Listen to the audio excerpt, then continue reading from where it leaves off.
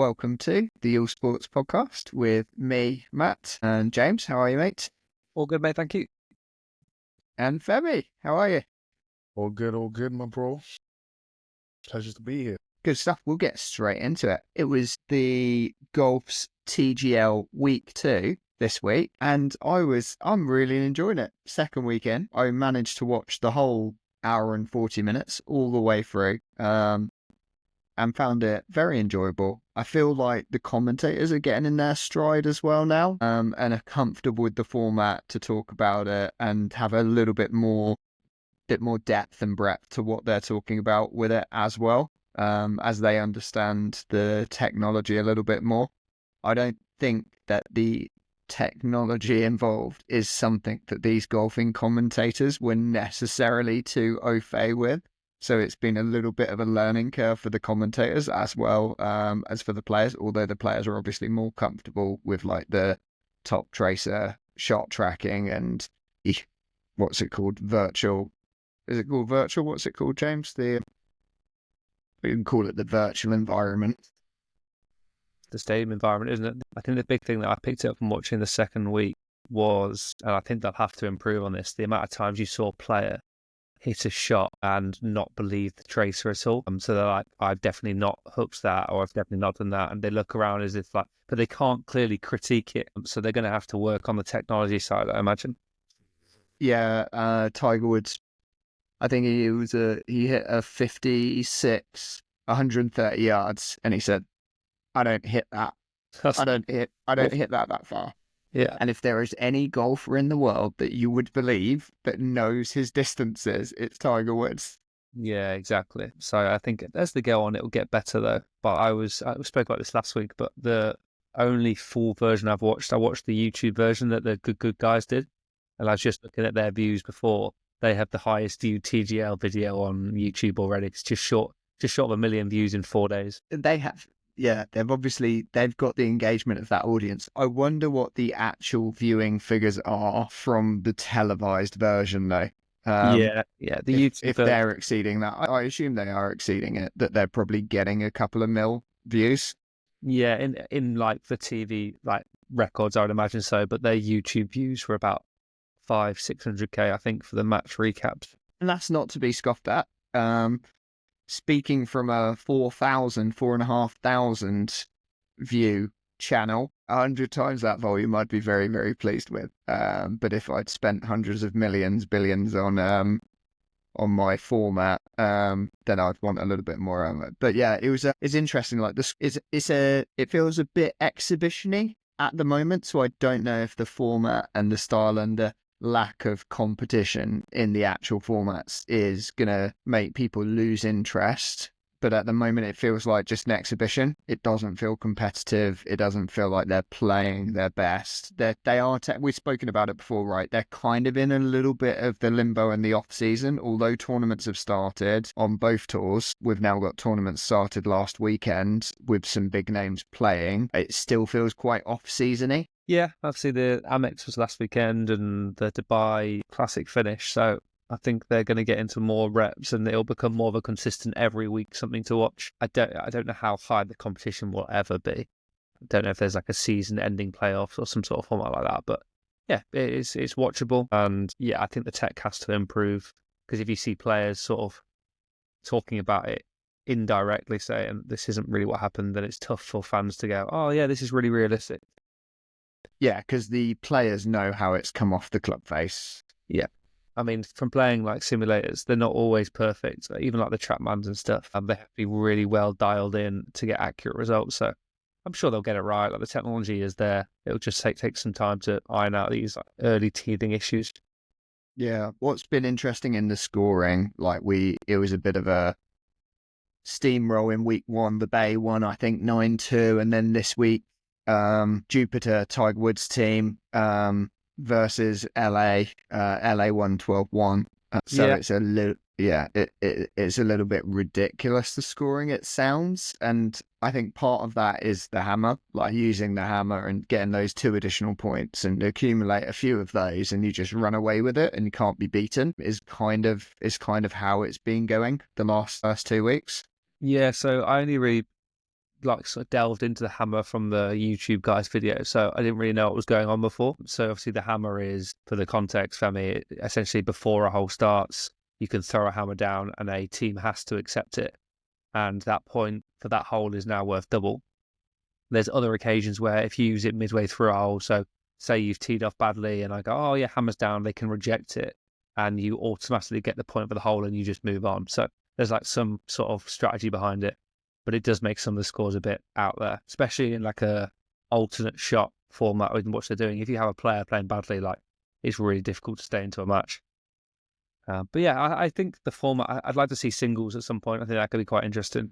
Or like a scramble, so you can really mix it up. Yeah, it's like them kicking it. It's them kicking off with like the alternate shot 3 balls that they've had, and they've kept that format. I guess they're going to play that format all the way through these opening rounds before they look at mixing it up. But I'm sure they'll be taking feedback and doing some different iterations of the format. But yeah, week 2 in the bag. Tiger Woods team, and it was Jupiter Florida versus Serena Williams's LA team. Serena Williams and her husband, Alexi Reddit. I know he was co-founder of Reddit. That's all I know about him. But he's Alexi something or other, American investor. So they co-own the team versus Tiger Woods' own team. So up next, Tuesday 1st, tomorrow night as we're recording, New York Golf Club back again, playing against Atlanta Drive. And then the following week, I'll be interested to watch Boston Common Golf, who I've chosen to support, up against Tiger Woods' team. And that'll be played on the Monday night. So is that Monday Rory the versus 27th. Tiger?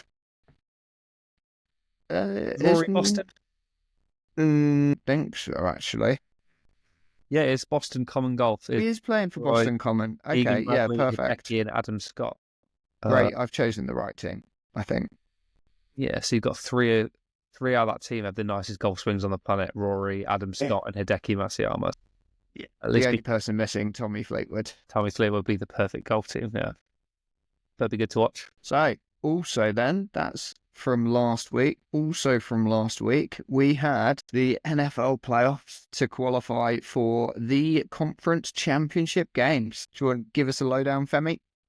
It was honestly entertaining. I was devastated for my guy Lamar Jackson. Obviously, Baltimore Ravens, they crashed out. They lost to the Buffalo Bills. Disappointing loss. But obviously, there's loads of contributing factors to that. But yeah. Well, it was close and it could have gone either way. It could have gone either way, but I mean, it's the same story with Lamar Jackson, though. He plays excellent. He plays fantastic football during the normal season. Then come playoff time, he's a slightly different player. And, it was disappointing to see CNN because you really thought this was their year. Obviously now you've literally got in, King Henry, now you've got, a 1-2 punch. And they probably have the top 2 running backs in the league. This year as well. So it was disappointing for them to crash out at this stage of the season. But you can't count out the Bills, man. I mean, you called it. You literally predicted that the Bills are going to win it. But it was a close game. The drop pass from, what's his name? I can't even remember now. But I was fuming when I saw that. Because obviously they went for the 2-point conversion. And then, he dropped the pass. So it was slightly disappointing on that note. But overall, it was an entertaining game, man. It delivered, like, all-out action all throughout the game. Was fun, was entertaining. Quality games all through. Yeah, what was interesting is it was a little bit of a battle between the 2 quarterbacks. We'd spoken about Josh Allen, and Josh Allen could go on to be MVP, but he didn't pass great. He had 16 from 22. Catches from attempts and 127 yards in total. Passing yards is nothing to write home about at all. He didn't pass for any touchdowns either. He did run in a couple of touchdowns himself, which is what he's good at, picking up some yards on his own feet, which you do need. But yeah, like you said, the Bills were fairly good at keeping out what Baltimore Ravens are known for in their rushing yards. Like you said, Derrick Henry, like restricting him to an average of 5.5 yards per carry is very good. Not many teams have done that this year. And they're the kind of small margins that make the difference and mean that Buffalo are now in the conference championship against the Kansas City Chiefs. So they're playing a team that have a totally different style. They've got a totally different style to the Ravens. And that's what's going to be difficult for the Bills, is that they need to change it up within a week, because the Chiefs obviously just coasted through. Yeah, I mean, Chiefs, probably favourites from my side anyway. Go, James. What happened to your Lions? I thought they were destined for a Super Bowl final. Yeah, I thought so too. Yeah. Funny just thing. Go on the Chiefs quickly, and then we'll talk about the conference. Yeah, Chiefs for me favourite. Patrick Mahomes. He comes correct when it comes to the clutch moments. You can't go against the Chiefs. Travis Kelce, should I say? The Swifties. Mr. Swift. Mr. Swift. But honestly, I'm excited and pumped. I think they're gonna go. They're about to 3P, aren't they? Or 4P? Or 3P? No, 3. Yeah, it'll be a 3. It would be a 3P, but they've got. I honestly don't see anyone stopping them. The Bills will give them a good game. Obviously, it's that rematch. From a couple of years ago when the Bills were literally 11 seconds away, from making into Super Bowls. But obviously, Patrick Mahomes does Patrick Mahomes things, and extraordinary player. You just got to give him his credit, and it's going to be exciting. I'm pumped for the game. Like I said, it's a bit of a shame. Lamar Jackson couldn't get the job done, but rooting for Patrick Mahomes and looking forward to a good game. As James will be too. I was going to say about Patrick Mahomes, again, he hasn't played well this season. His passing stats were similar to Lamar Jackson's, actually, and Josh Allen's. He was 16 from 25 and only 177 yards. And a great game for a QB passing yards is when you look at a 300-yard game, or getting close to a 300-yard game. So, half of that is pretty subpar. But he's got a different. It's like he's adapted and he's managing games better, and I think he's got a lot smarter. And I think that's where Tom Brady got to him in his game as well, where he wasn't throwing 40-yard receipts all the time. That's where Patrick Mahomes has kind of got to when he's off form and his arm's not on and isn't accurate. He's finding ways to get them around the park and keep on progressing them up the field. And that's what I think the difference is this year. So when we spoke earlier in the season, when they were on that winning run, that they were winning scrappy, it was exactly this. I don't know if it can get them for a conference final and a Super Bowl as well as winning in the regular season, but we'll see.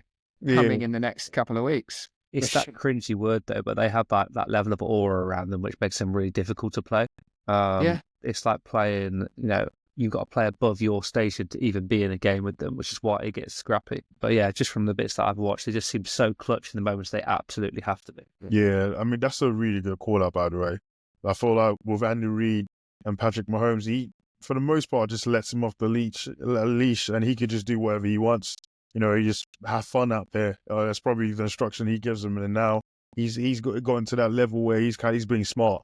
As you rightly said, he's taking his time. He's been a lot more patient. He's not going for, the highlight reels like he normally does. I say that in the past, Travis Kelce was a really good one where he was literally falling off and still made the pass. And so still excited for what Mahomes will do. I feel like he's a smart player, but he's also clutch. You can't take that away from him. In the moment when you need that player to literally just come out and show up and show out, he's that sort of player who will just deliver something special for your team. So I back the Chiefs, but yeah, I'm excited. Let's move on to the Detroit Lions, because that was a big upset.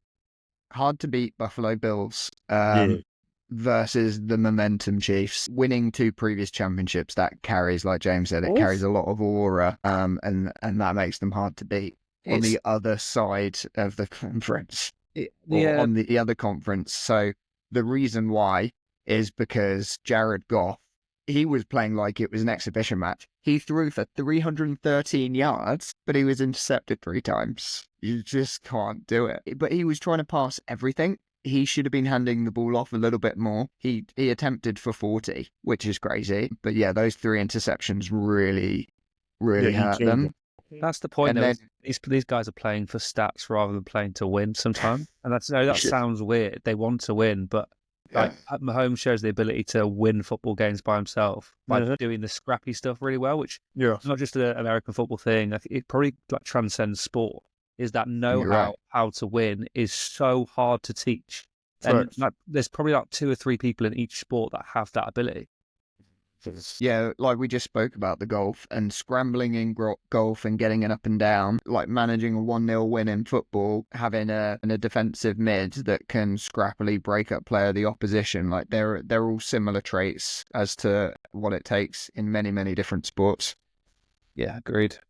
But Jaden Daniels, conversely, on the other side of the field for the Washington Commanders, I'm still not used to saying Washington Commanders. I naturally go Washington Redskins. Previously named Washington Redskins. We'll see with the new government now in the US. Maybe they'll be allowed to revert back to Washington Redskins. Mate, we gotta give him his credit, man. Honestly, rookie season coming out and putting on a performance like that, like they are the Washington. I was literally about to say Washington Redskins. Commanders. They are irrelevant, and then they're not here to compete. They're here to win, and they're here to take over. And honestly, they did exactly that. Jaden McDaniels, he put in a performance of a lifetime. For a rookie to have that level of bottle and that level of composure to literally, put on the performance that he did, a lot of credit has to go to him as well. But granted, the Detroit Lions at one point, they had quite a few of their players injured, the defensive line literally losing loads of key players. So we can't ignore that, but I think it's still important to be able to show up, to put in a performance like that, especially as a rookie. Like, you have to give him a ton of credit. It was an incredible performance. Jared Goff, as we said, he was here today, gone tomorrow. That's that sort of performance where, he definitely gave his team too much to do when you're committing 3 turnovers in the playoffs. So it says a lot.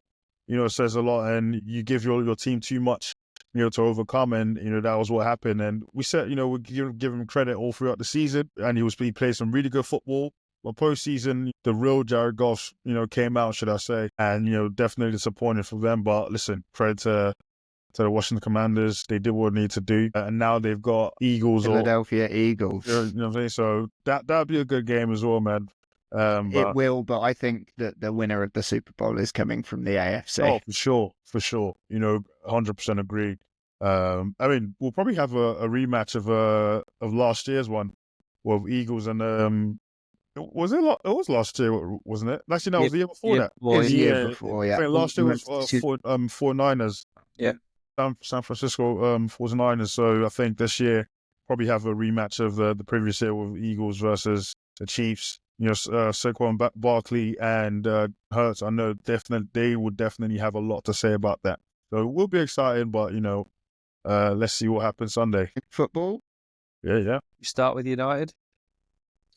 We definitely can, and I was very intrigued to see Amarin himself, and it's an interesting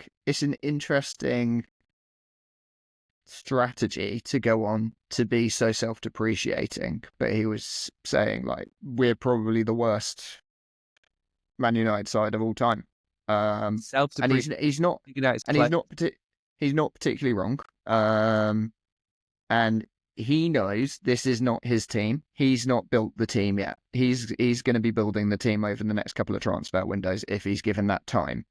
However, you still have to manage what you've got, and they are Premiership and international players that you should be able to get something out of. But basically, his run of form is worse than Ten Hag's was in the first, what was it? They both had pretty much 11 games each, didn't they? Anyway, through 22 games, they're on 26 points. And that is the worst run of form in 35 years for United. This is the problem hiring system managers, that it takes time for system managers to get system players that fit them.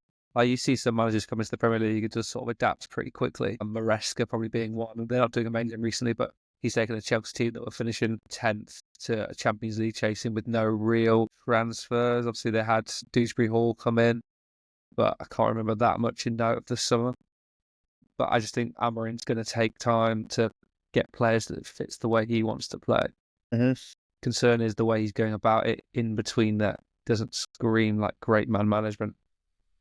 Yeah, I think that saying, I'm rooting for him. I've been rooting for him since he joined, but I think that's probably the one thing that surprised me, his man management skills. To be so damning of your players, in the press conference, mate, like, listen, especially for someone who used to be a player, that was a bit surprising. I think he probably let his emotions get the best out of him, and I think he'll probably take that back, at some point in a press conference this coming week. But I mean, to be fair to him, like, the players have just not been up to standard, and and it's not like he's shifting blame. He's always said we are probably the worst United team. So he takes full responsibility.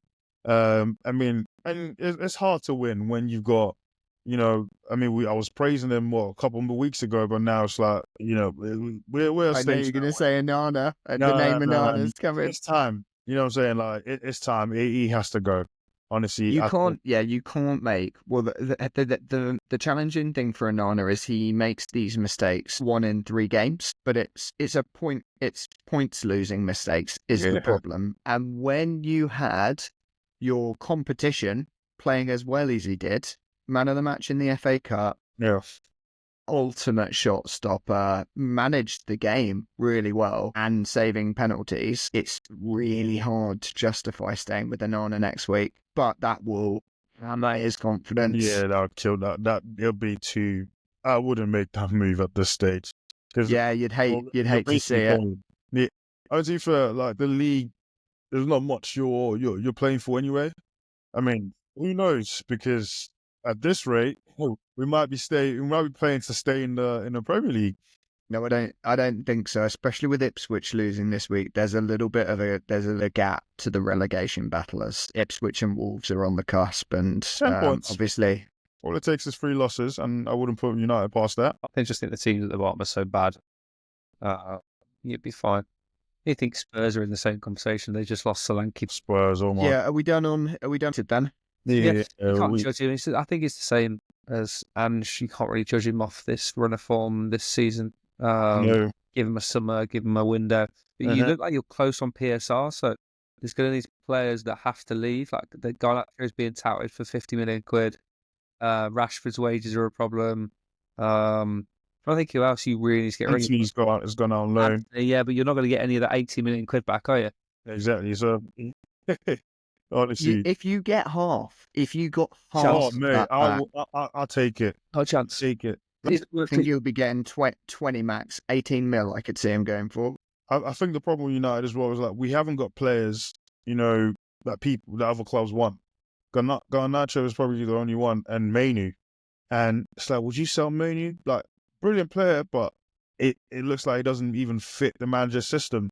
He's been average, bang average. He's asking for the only player that's really putting their hand up that everyone would want is Ahmad.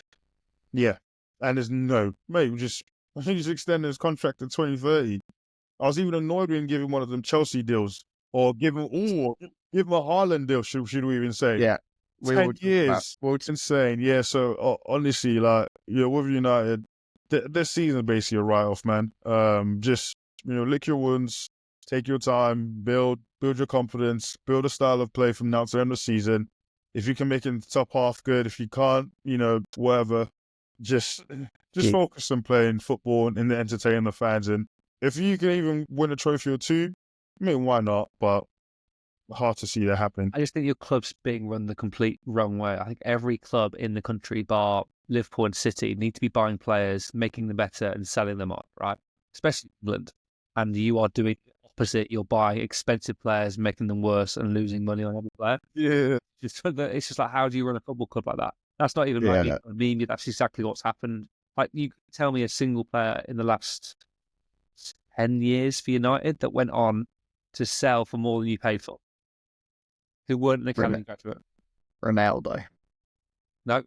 I mean, Daniel James. Well, was that a problem? Yeah. I remember when Leeds bought him, I couldn't believe it. I couldn't believe they paid the amount they did for Daniel James.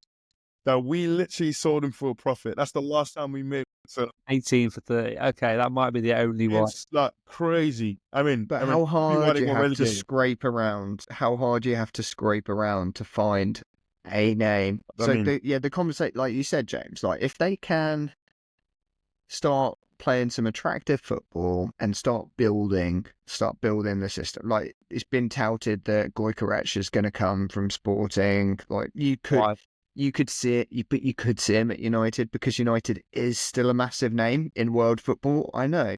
Gyökeres Yeah, only knows if Amarim's there, which probably makes sense. But there is I'm like trying to not be too harsh, but there isn't a less attractive top team than United at the moment. Like, why would you go there? Maybe in a couple of years when they've rebuilt, but you don't want to be that player that goes flops and your career stalls because of it. yeah, it's a high risk at this point in his career, but Sporting players will obviously be well up there in the reckoning. But yeah, like if he can build and bring in some transfers, build towards the end of the season, play some attractive football, get the players enjoying playing football because they yeah, look miserable I think except for he hate him, Ahmad. man. But Ahmad, I think he'll get the curse too. Got to Like build he'll around get it. straight. It's contagious. Everyone around you is hating playing for the club right now. Mhm. It's contagious, and he can't keep playing on this high on his own. At times carrying them. The atmosphere has to be so toxic. Like you're seeing players come in, like Lenny Yoro was one of those highly rated defenders in the world, Hey, right? It was, yeah. And he would felt look horrendous got against that. cooked. Yeah. So The baptism of fire in that game. is that what a lack of confidence does to somebody? Is that what over, the weight of the shirt, the expectation is that you just see players break down in front of you? Yeah. Tricky one. In a fairly similar position, we'll move to some good news in football after this, but in a fairly similar position is obviously Spurs at the moment. Yeah, I'm very much the Ange inside of it. I think you can't sack a manager based off what's going on. Form's horrendous, don't get me wrong. Team isn't playing properly, but they've got an 18-year-old centre mid playing centre half. Like they've got a right back they didn't really want playing left back. They've got a goalkeeper who's just signed from Czech Republic playing every game. Like they are so bare bones, and they're still, in the semi-final of a cup with a one-leg advantage. So yeah, I just can't see them sacking him. No, I can't see them sacking him. I can see them giving him more time. However, Daniel Levy is pretty ruthless, and one of the challenges that they've got is Daniel Levy's a shark. You want him to be a shark to the rest of the league, and he is, but he does it internally as well, and he really rules with an iron fist. So I feel like that must be a quite hard environment to operate under. As well as that, like I've spoken to Spurs fans over the last few days, and I spoke to them a couple of months ago, and a couple of months ago they were like, hey, we don't mind losing some games if we're playing like this. And then it transitioned to, yeah, we're losing games and the style's not quite there at the minute because of so many injuries, and we do have so many injuries. But right now it's a mix of, there's a few first team players that are injured, but a lot of them are squad depth. They are what would be Trossard for Arsenal. There's a lot. There's a missing 7 first teamers. There's a lot of squad depth that's gone. Keeper, so Vicario's out, Solanke's out, Adogi's out. But they brought in, out. but they're one keeper. No, they haven't. They brought in a number 2 keeper. Bentancur's out, Romero's out, Mickey van der Ven's out, and Basuma's out. They're all starting players for Spurs. Every single one of them. What was your sequel last? Did Cunha score? Damn it. If you look at the list of players, like Solanke's now out for another 6 weeks. But yeah, Vicario's their starting. Yeah, Solanke this weekend, that really hurts. Like that's going to do a world of damage. But where we've got to now is that Ange, he said at the start of the season, when he had the losses, he said he wasn't going to change the way he played. This is the way his football team was going to play. And that was like, yeah, cool. Man of his word. Now it's like, you need to adapt because you don't have the players that you had at the start of the season to play that way. These players can't play that way. So you need to adapt to the squad that you've got. And he's not. He's one-dimensional, and he is hurting them as much as the other circumstances are hurting them. I think it's more difficult to change a system than you think. It's not just a case of playing, let's play a 5-back. Like this way of playing, this pattern of playing has been ingrained in them every day for 18 months. They can't just suddenly go, we're going to play long ball and play in the channel. That's not how it works. I think with the players that are out, they were always going to be ropey. They were ropey defensively before, but when you lose 4 of your 5 defensive and goalkeeper, you're going to look even more ropey. They just have to sort of persist through this tough spell, and good things are coming out of it. Like, results aren't great, but Archie Gray looks like an absolute, He does. Rolls Royce of a player. Yeah, he does. Virgil, only 18, Brilliant, been around for days. And it's also highlighting that I think Son has gone past his expiry date. I think he's not the Son that had been there for 10 I mean, years. he's been I've there heard, for a while yeah. now, you know. Look, Yeah. Spurs Yes. fans are saying the same. Like, he shouldn't be starting. He's not on the form where you can start him, and that is costing them as well. They You're bought expecting that he's just gonna do what he used to do and be a match winner. Not Right. gonna happen. When Kane first went, Son will pick up the slacks. Not gonna happen. Or when Kane was injured. They've invested in the replacement there. They've got the Odebert in who tore his hamstring and he can't play. Like, what are you going to do? Like, they've done succession planning for a lot of these positions. Yeah. And these players aren't fit. Like, I don't know what else they can do. Yeah. And Daniel Levy's think- not going to go, here's 100 million war chest. No chance. Buy some players in January. Because these players that they buy now have to be better than the players that are out. They're not going to. You don't want to spend 100 million on squad players. That's Arsenal's. Yeah. That's Arsenal's MO, is just bolstering with squad players that play in the same position. All I see is us linked with like attacking right or centre mids. We don't need more attacking right or centre mids. Can you Well, please give us Zubimendi, a left winger? Zubimendi will be good for you because I think he's much wanted by everybody. But I saw the Well, like we know he's a replacement for Partey. Yeah, but like Cunha's on the radar, but I think that'll cost a lot of money to get him out. You just need some. He will have a clause in his contract if they're relegated. If they're relegated, yeah, but you need someone now. Like Jesus has just done his ACL. Namwani, how do you say his name? He's injured. Ethan Saka's off for a while. You're just crying out for some sort of outlet up top. It's just, I always think the January window is the one with the highest expectation because it's mid-season and people know what you need. But it's also the window you get ripped off the most. So clubs just don't like it. It's where you can't bring in someone that's 21 years old with a ton of potential. You need to bring in the 32-year-olds that is coming in on a 2-year deal to do a job. Yeah, it doesn't really happen like that in the Prem, though, does it? Because the amount of wages you're spending, they want some resale value, which you don't get out of 32-year-olds. So yeah, difficult one. I think Ange will stay on though. I think they've got to do another summer. And then next year, if they're repeating the same things, then they'll have to look at either his methods, is it not sustainable in the Premier League, or what do we do? Is it a manager thing? I think every time Spurs change a manager, they just repeat the cycle and they're doomed to be that 8th till 6th position. So they're not doing anything different. They're not doing anything different. What do you think to Mr. at Leicester? Oh, PR disaster. Yeah. Underwhelming at best. To say the least, man. I think they took the bait from United with everyone talking about how Rude needs to stay. It's the wrong appointment. They should have gone for a manager with your Premier League experience, especially one experience with fighting with relegation battles. Like, we're talking about obviously he's retired now, but the Sam Allardyce is... Hold on. You told me that Ruud van Nistelrooy had experience 8 weeks ago. I mean, not in the Premier League. You said Premier League experience. I said that. I don't recall. Because he was a Premier League player. It doesn't count for anything. It He's got counts for managerial experience though. He just doesn't have, like, they're in a dogfight. They needed a dogfight manager. Yeah. Someone that was going to completely revolutionise how they play, and they got neither of those things. Yeah. I think Bemi nailed it. They got lured in by the bait. There was probably a lot of different managers they could have gone for. I do think there's an element of like entitlement amongst Leicester City fans because of the history that they've had over the last 10 years. But, they had to just stay up. That was the only target they had, and they've signed terrible players to do that. Like, Jordan Ayew is not a striker that's going to fire you 15, 20 goals to keep you in the Premier League. So, yeah, I think that... Unfortunately, I think we're doomed to repeat the 3 up, 3 down. Ipswich, Southampton, and Leicester. Yeah, Ipswich will be the one, potentially. Yeah, we'll see. It's disappointing because they played some really good football this year as well.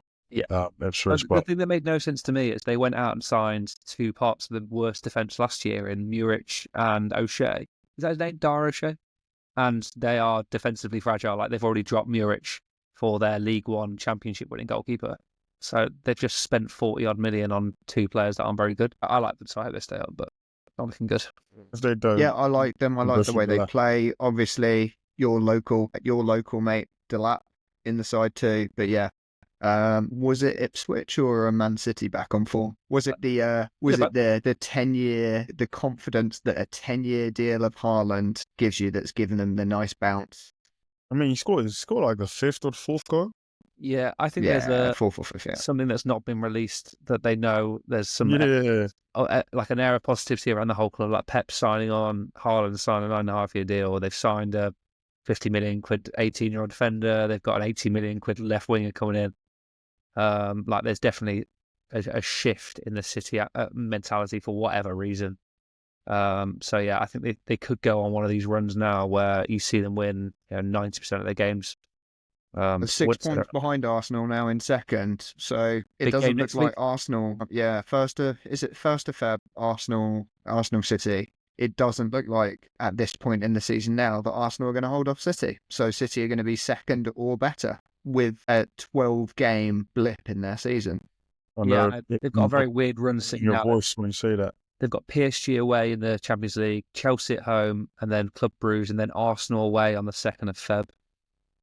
So a right little run for them now. But you know what, City are like a couple of wins and they get their confidence and they just start steamrolling teams. Yeah, well, it was who was scoring for them and who was assisting. It looked like Foden was back at his best, albeit against Ipswich, but we know Ipswich have been playing good football and have been hard to beat this year. So was it just a blip for Ipswich, or was this Man City turning it on again and finding their mojo? Foden back on form. Kovacic looked like a player.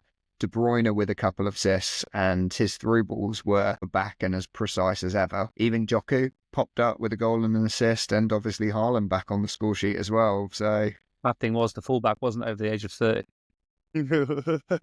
Scary for the rest of the league. I think Liverpool got it this year, City next year, and I don't know what happens in year 3, but I'm struggling. Like, this was Arsenal's chance and they've blown it again.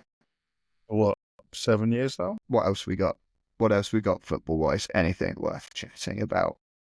Not really.